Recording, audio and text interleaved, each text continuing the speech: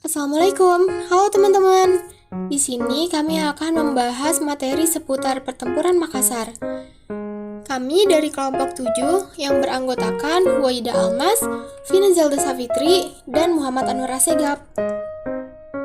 Pertama-tama di sini ada pengertian dari pertempuran Makassar.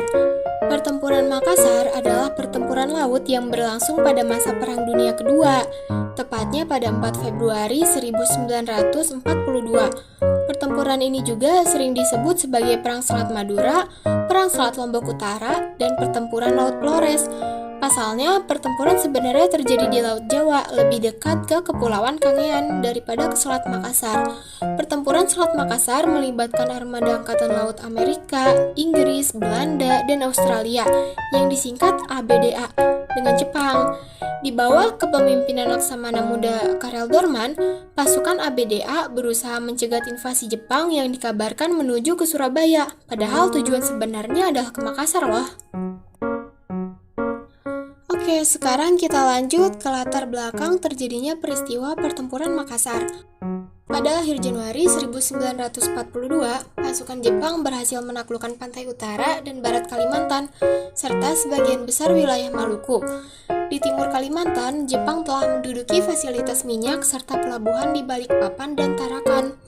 Tidak hanya Kalimantan, di Sulawesi seperti kota Manado dan Kendari juga telah jatuh ke tangan pasukan Jepang. Namun, Jepang ingin Selat Makassar juga dikuasainya. Agar keinginan tersebut tercapai, maka Makassar dan Banjarmasin harus lebih dulu dikuasai. Kemudian, pada tanggal 1 Februari 1942, Komandan Sekutu mendapat kabar dari pesawat pengintai di Balikpapan bahwa pasukan Jepang yang terdiri dari 20 kapal pengangkut pasukan, 3 kapal penjelajah, dan 10 kapal perusak sudah siap berlayar. Keesokan harinya, petinggi Angkatan Laut Amerika Serikat, Laksamana Thomas, Wakil Laksamana Conrad Helfrich, Laksamana Muda William, dan John Collins bertemu di Palembang. Mereka menyusun rencana menghadapi ekspansi Jepang dengan membentuk pasukan penyerang. Kira-kira siapa aja ya tokoh-tokohnya? Oke, kita lanjut ke slide berikutnya. Di sini ada 5 tokoh, yaitu Laksamana Muda Karel Dorman, Laksamana Thomas Sihart, Laksamana Conrad Helfrich, Laksamana Muda William A, dan Laksamana Muda Takeo Takagi. Untuk foto-fotonya ada di bawah tulisan ini ya. Oke, sekarang kita udah masuk ke kronologinya nih.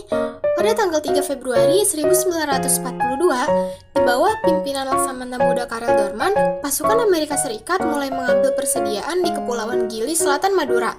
Pasukan ABDA terdiri dari 4 kapal penjelajah, yaitu HNLMS De Ruyter, Trom, USS Houston, dan Marblehead, yang dikawal oleh 7 kapal perusak, yakni HNLMS Banker, Piet Hein, Van Jen, USS Barker, Bulmer, John D. Edwards, dan Stewart. Namun, pergerakan mereka diketahui oleh 30 pesawat pengebom Jepang yang dilaporkan sedang menuju ke Surabaya. Jepang pun dengan segera mengirimkan 7 pesawat pengebom yang kemudian berputar-putar di atas kapal pasukan ABDA. Kapal-kapal pasukan ABDA kemudian menyebar ke perairan yang lebih dalam, tetapi pesawat Jepang pergi tanpa memberikan serangan. Situasi ini kemudian dimanfaatkan oleh pasukan ABDA untuk kembali mengambil pasokan. Kemudian, sekitar tengah malam, kapal-kapal ABDA mulai berlayar ke terumbu Mainders dan berlanjut ke Karangmas di ujung timur Laut Jawa. Pada 4 Februari 1942, pukul 09.30, pasukan ABDA mendapat kabar dari patroli udara dari Makassar bahwa Jepang sudah pergi dan tampaknya menuju ke arah Surabaya. Pasukan ABDA segera pergi ke Selat Makassar untuk mencari keberadaan Angkatan Laut Jepang yang dikabarkan sudah melewati selat di bawah pimpinan Laksamana Muda Takeo Takagi. Namun, ketika pasukan penyerang Laksamana Dorman berada di selatan Kepulauan Kangean, pesawat pengebom Jepang terlihat di timur yang terbang dalam 4 formasi V. Pesawat Jepang langsung membombardir kapal ABDA. Sasaran pertama adalah Marblehead yang dilanjutkan dengan tembakan kedua yang menewaskan 15 awak kapal.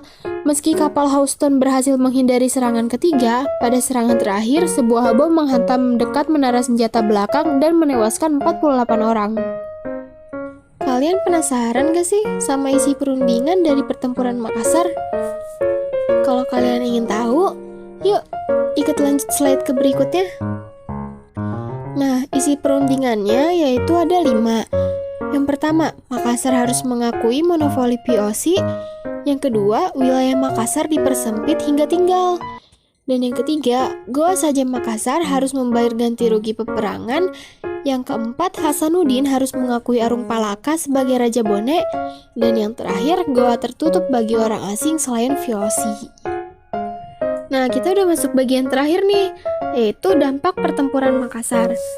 Jadi dampaknya itu ada 2. Yang pertama, setelah penandatanganan perjanjian, Sultan Hasanuddin berupaya untuk kembali melakukan perlawanan terhadap VOC. Awalnya VOC sempat mengalami kekalahan, namun dengan senjata lengkap Hasanuddin dan pasukannya dapat dipukul mundur.